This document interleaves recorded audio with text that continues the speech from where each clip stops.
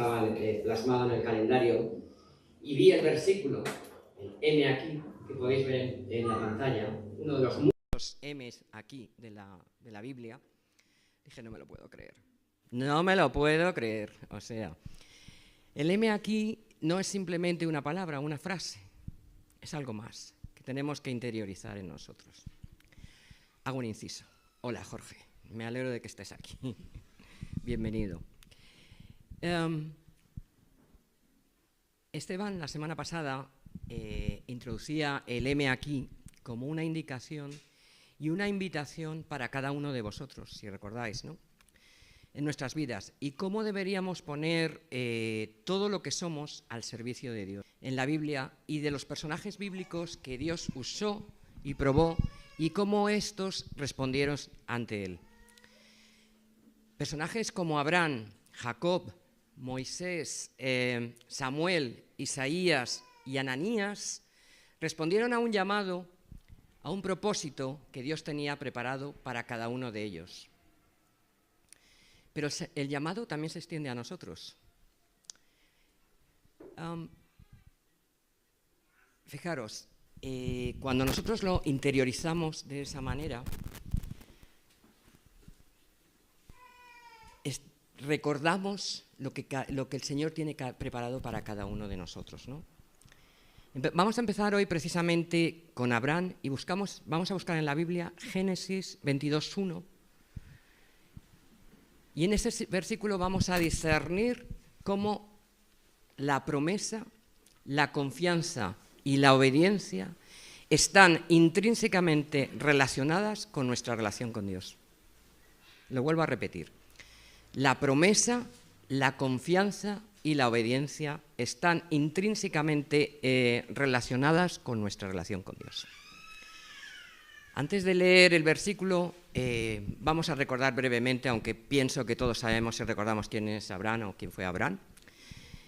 Abraham en la Biblia, como ya sabemos, es la figura patriarcal central para el judaísmo, el cristianismo y el islam, conocido también comúnmente como el padre de la fe, por su inquebrantable confianza en Dios.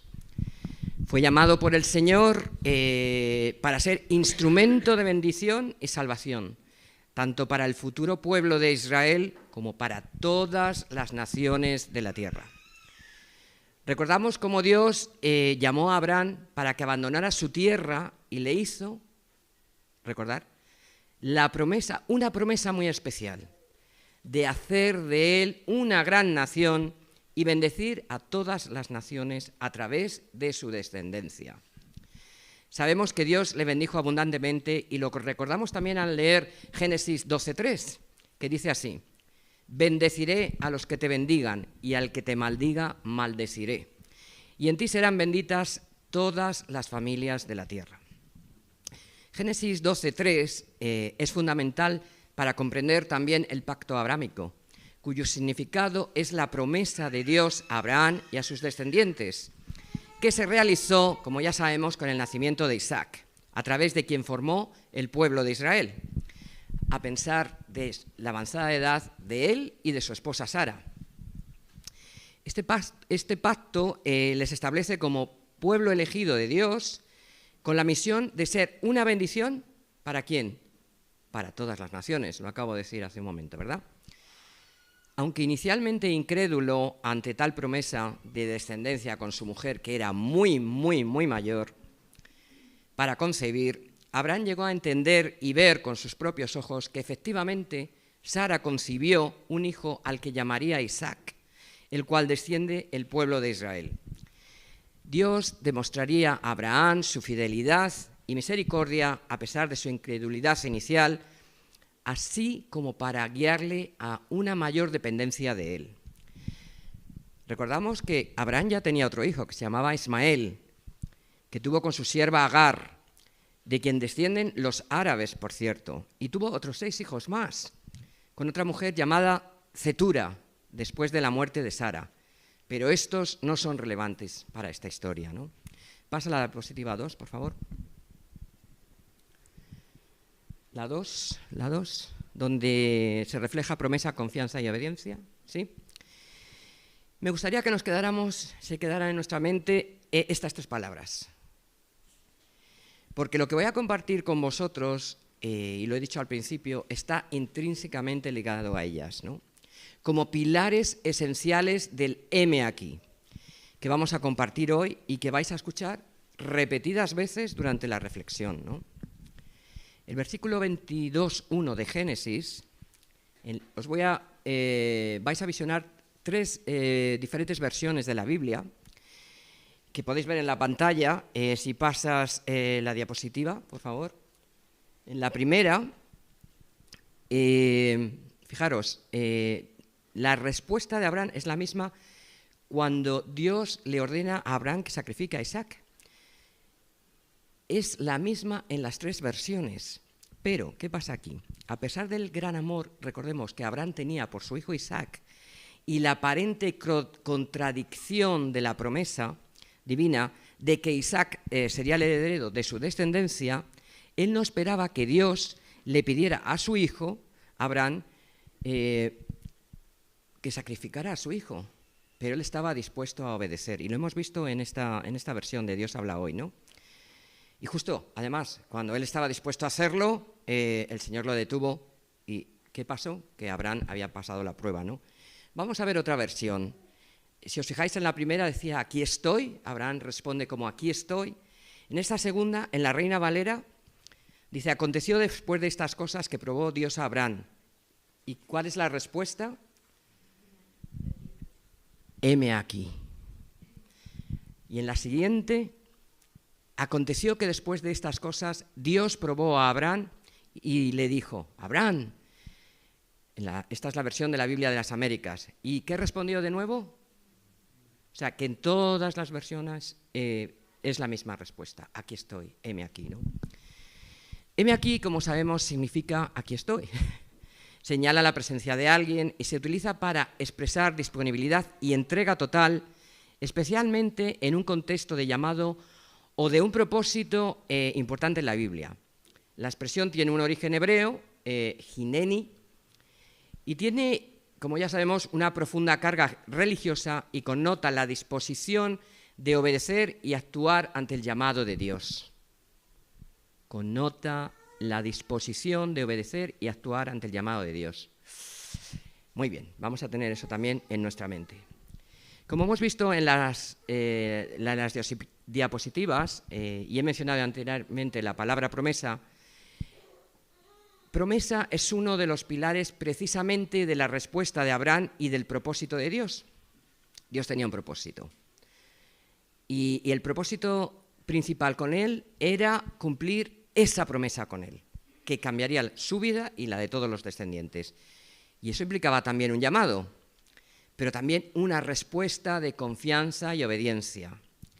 El heme aquí, en este caso a través de la historia de Abraham, nos inspira y también da pie a conocer el carácter de Dios, nuestra relación con Él, sus promesas y su propósito en cada uno de nosotros.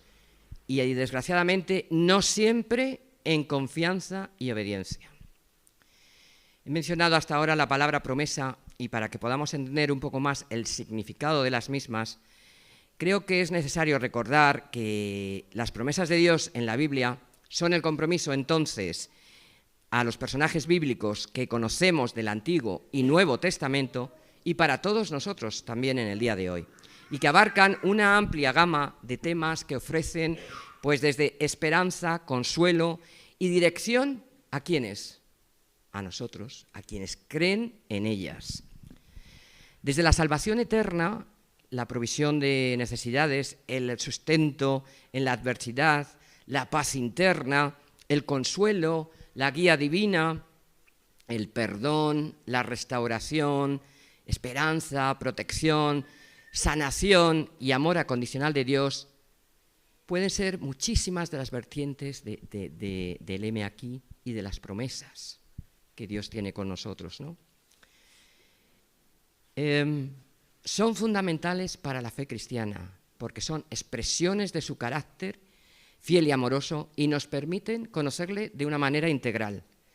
Dan paz interior a los creyentes, o sea, a nosotros, quienes pueden o podemos vivir confiados en su palabra.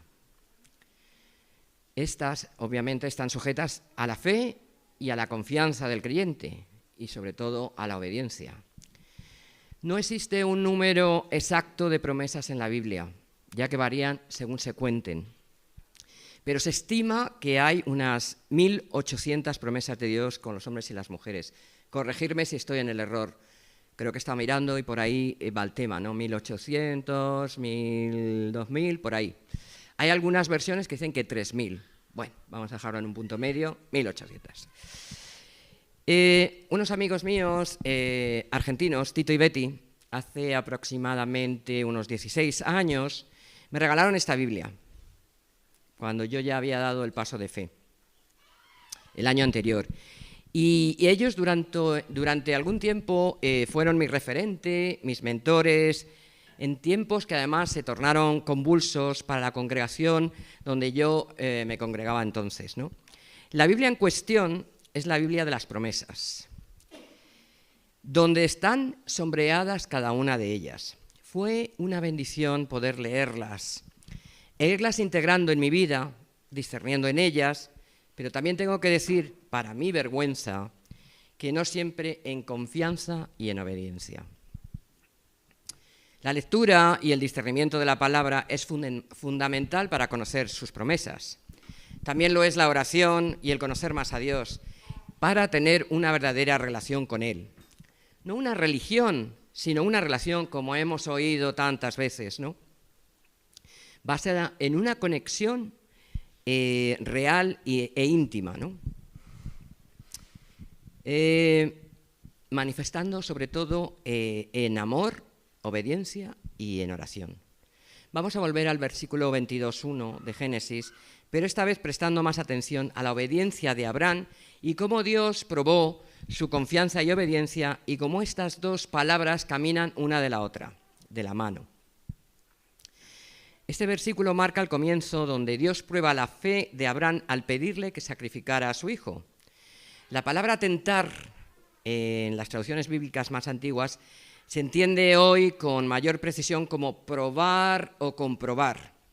No se trata de tentar a pecar, como algunas veces nos han dicho, o hemos entendido, o hemos oído, sino de poner a prueba la confianza y la obediencia. La obediencia como manifestación de la confianza en sus promesas.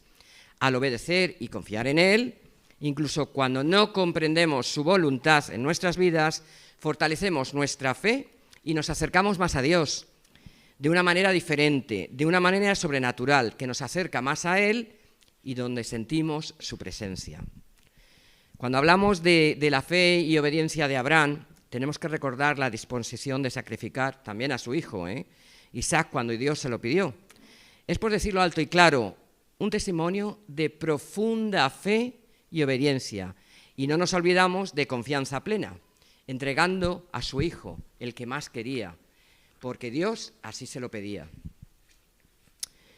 Leyendo la historia de Abraham tendríamos que cuestionarnos y reflexionar hacia adentro, ¿no?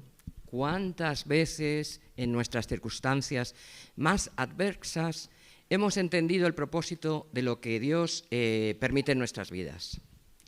Muchas de estas pruebas y dificultades nos llevan a experimentar el dolor de la pérdida, el dolor de la soledad, un dolor muchas veces injustificable según nuestros criterios, claro. Pero Dios conoce nuestros corazones y conoce nuestra sinceridad y también conoce nuestro pecado, conoce nuestra incredulidad y al someternos, si nos sometemos en confianza y en obediencia, es cuando entendemos la riqueza de su palabra y discernimos en ella. Al hacerlo, descubrimos un maravilloso descubrimiento. El tema es, ¿cuántas veces no le creemos y le obedecemos? Probablemente muchas veces. La cuestión no es admitir que desobedecemos si somos incrédulos o no, y si confiamos lo suficientemente en Él. La cuestión es por qué el heme aquí no está tatuado en nuestro cerebro como la respuesta a una invitación que nos cambia la vida, que nos cambiaría la vida en nuestros contextos, circunstancias y situaciones. Dios usa, como ya sabemos, diferentes formas de probar a cada persona, de probarnos a cada uno de nosotros. Abraham comprobó lo que él quería ver, que su corazón era sincero y su obediencia incondicional. La relación entre Dios y el hombre, desde una perspectiva bíblica y teológica, se basa en la idea de que Dios creó al hombre a su imagen y semejanza, buscando una relación de amor y de amistad que durará por y para siempre. Como ya sabemos, el pecado rompió esa relación original, pero Dios, en su infinito amor, nunca dejó de amarnos. Y su heme aquí, a través de su amor y sus promesas, volvió a establecer los vínculos rotos y quebrados por y para nosotros. Es interesante tener algo en mente, porque podemos pasarlo incluso desapercibido muchas veces. Si buscáis Isaías 58:9, dice: entonces invocarás y te oirá Jehová, clamarás y dirá él, heme aquí. De manera que si Dios nos pide un heme aquí, o aquí estoy, a ti, a mí, o a nosotros, es porque fue Él el primero en decírnoslo. Increíble, ¿verdad? Pero no lo recordamos. Fue el primero. A través de la palabra, fuente principal para conocer a Dios, sus propósitos y su carácter, iniciamos una relación con Él. Pero aunque tengamos una relación con Él, esto no significa que confiemos plenamente en Él. ¿O sí lo hacemos? Vamos a intentar dilucidarlo, o sea, aclararlo en otras palabras, o por lo menos intentarlo. En nuestras vidas, haciendo una recapitulación rápida, ¿cuál ha sido nuestra actitud cuando hemos pasado alguna de las pruebas que son insoportables para nosotros, especialmente las que no nos han agradado? Cuando todo nos va bien en todos los aspectos, nuestra tendencia natural es darle gracias y alabarle. Pero cuando nuestras circunstancias o dificultades no son las ideales y sufrimos por ellas, quizás el heme aquí no está en nuestra manera de pensar y actuar. Y entonces nos tendríamos que preguntar, ¿dónde está nuestra confianza y nuestra obediencia?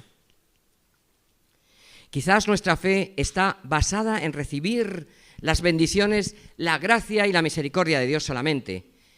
Y cuando enfrentamos alguna prueba o dificultad, no acudimos a Dios con verdadera reverencia u obediencia, buscándole en espíritu y en verdad, porque nuestra desobediencia e incredulidad se han interpuesto en nuestra verdadera relación con Él. Nuestra fe en Dios quizás no está muy centrada en lo que realmente significa para cada uno de nosotros. Consciente o inconscientemente queremos que se adapte a nosotros y no nosotros a Él. Manipularle, en otras palabras.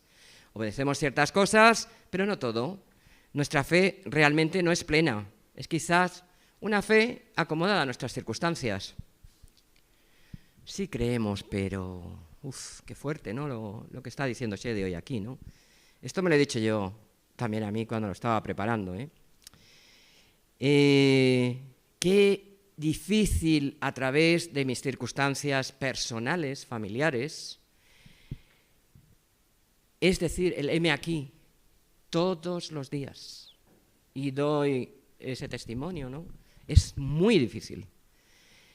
Porque te llevan, te mueven, te distorsionan la realidad, te complican tu relación con Dios y muchas otras cosas, ¿no? Que impiden que veamos lo que Él quiere que veas en esas pruebas, en esas circunstancias, precisamente, ¿no?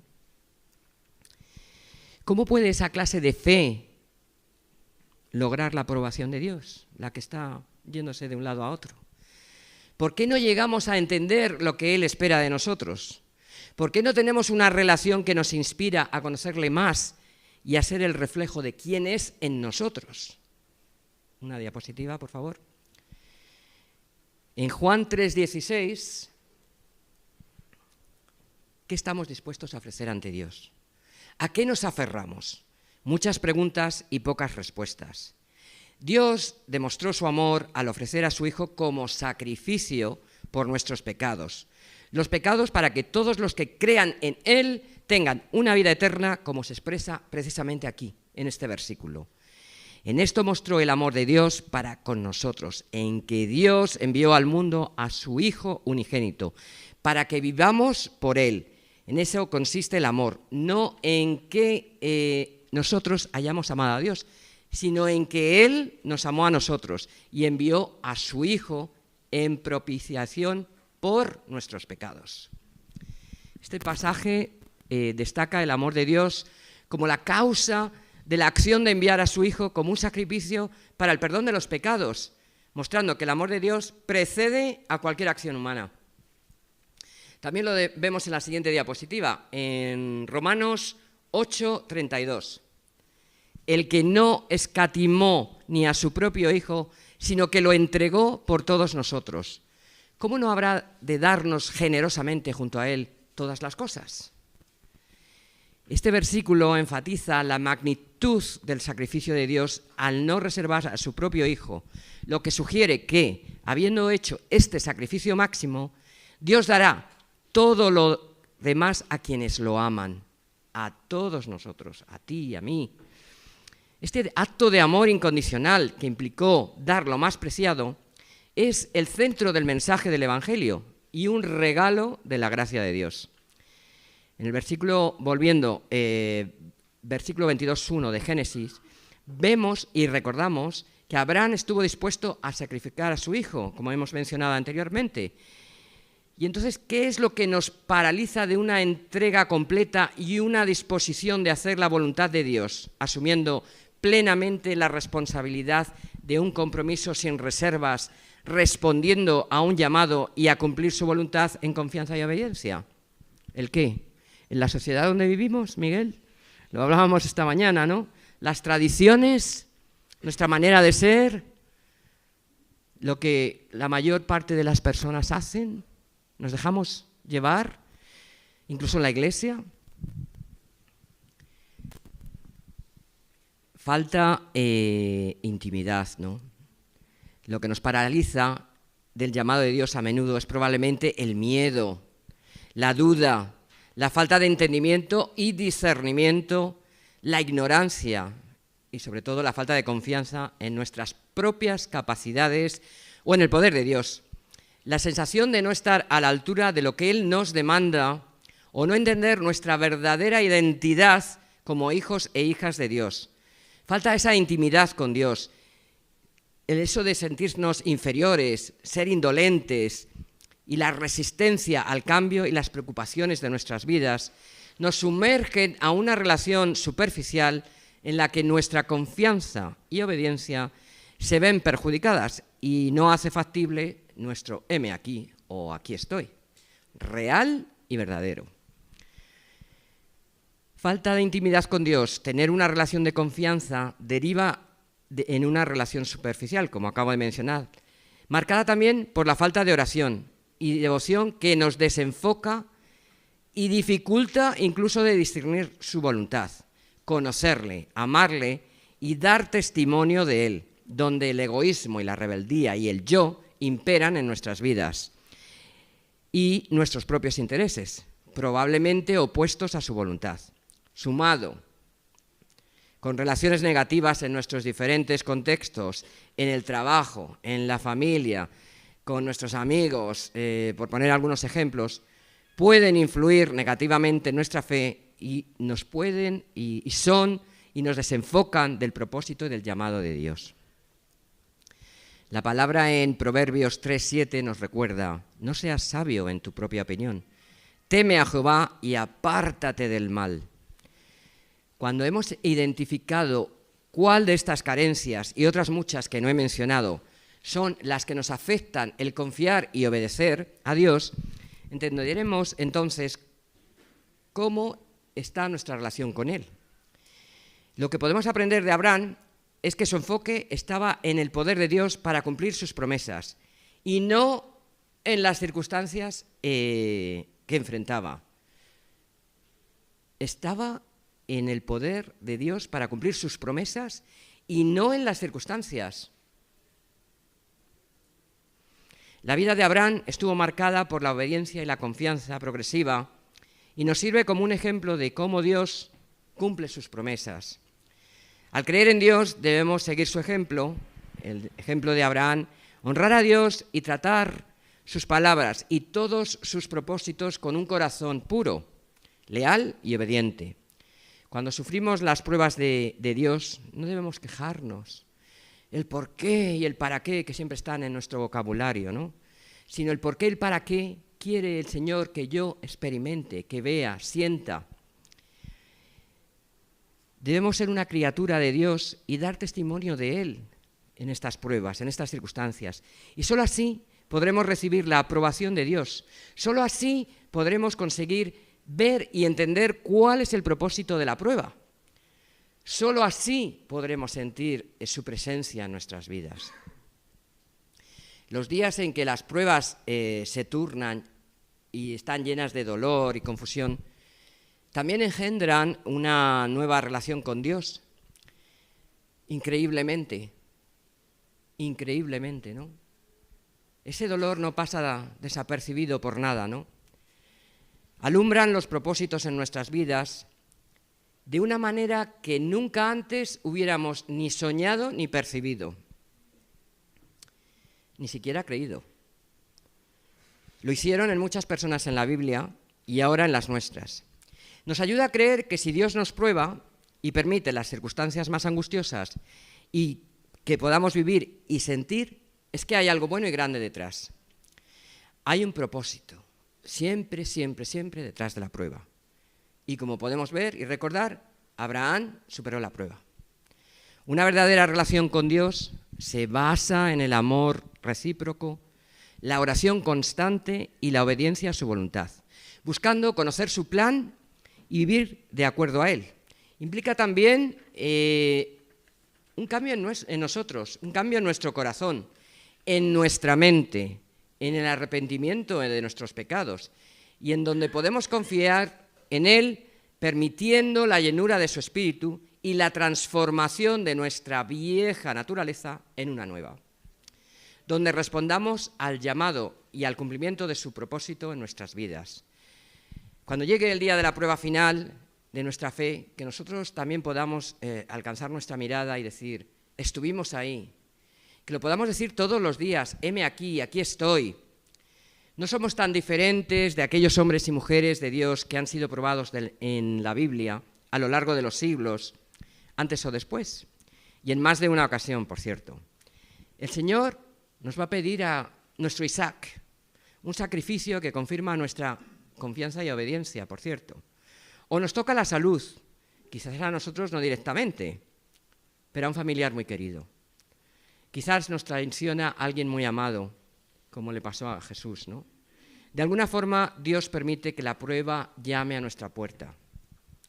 Lo fácil sería dejarla cerrada y autoengañarnos con un evangelio ad hoc personalizado a nuestras vidas.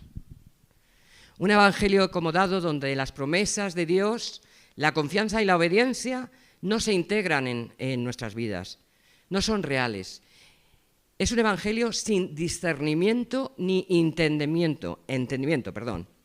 Servir a Dios implica una intención genuina de adorarlo y amarlo, motivada por lo que Él es, por su amor y sus promesas, y el agradecimiento por sus bendiciones y por lo que permite en nuestras vidas, depositando nuestra confianza en todo. Y aunque no lleguemos a entender por qué y para qué, la obediencia a su voluntad. Esos días llenos de dolor por el sacrificio de su hijo que Dios le pidió a Abraham, engendraron una nueva relación con Dios, donde la promesa de Dios se cumplió a través de su descendencia. Que nuestro aquí estoy no sean simplemente palabras que salen de nuestra boca, sin entender su verdadero significado. Que nuestro aquí estoy o heme aquí represente un compromiso total y una entrega sin límites de talentos, recursos y, cómo no, de obediencia y de confianza a Dios, expresado a través del servicio, el amor al prójimo y la búsqueda de una relación profunda con Él en todo momento. Hemos cantado, cuando adorábamos a Dios, la canción de Aquí estoy. Cantábamos que no queríamos perder las cosas que nos quedan por hacer y por vivir para Dios. Cantábamos que no queremos olvidar las cosas que ha planeado para cada uno de nosotros. Y le hemos dicho que no busque a nadie más, porque nuestro heme aquí está listo para usar los dones y las bendiciones que nos ha dado. Lo hemos cantado, ¿verdad? Hermanos y hermanas, que cuando llegue el día de la prueba de nuestra fe, que nosotros podamos decir, heme aquí, con sinceridad y honestidad, no solamente con meras palabras o emociones impulsadas por el contexto. Seguir a Dios, aunque el camino no esté del todo claro, confiar en sus promesas y afrontar las adversidades cuando surjan. Ora para que se cumplan sus promesas en tu vida. Hay muchas, y en las personas que te rodean también. Espera que Dios haga grandes cosas, incluso imposibles, que nunca te imaginarías, en tu vida y en la mía. Estoy segura de que Él está dispuesto a cumplir cada promesa que te haga a ti y a mí. Están todas aquí. Solo hace falta que confiemos y obedezcamos como lo hizo Abraham, como lo hizo Jesús. Quizás nuestro heme aquí no ha sido del todo completo y nuestra obediencia y confianza no han sido tan firmes como nos gustaría. Pero queremos volver a Dios y renovarnos cada día para que Él cumpla sus propósitos en cada uno de nosotros. Cuando nosotros somos sinceros en nuestro corazón y depositamos nuestra confianza y obediencia en Él. Quizás humillándonos por no haberlo hecho de la manera correcta. Vamos a tomarnos unos minutos antes de terminar y cerremos nuestros ojos y voy a invitaros a que si deseáis manifestar, solo con 2 palabras, heme aquí, aquí estoy. Lo hemos cantado antes, pero vamos a hacer un rápido viaje por nuestras vidas, nuestra relación con Dios, y vamos a ponerlo ante Él con un heme aquí que surge de la transformación de su espíritu en nosotros, esa renovación de la que hablábamos antes, ¿no? Y que lo expresen solamente esas 2 palabras. Cerremos nuestros ojos y las personas que queráis compartirlo, podáis hacerlo.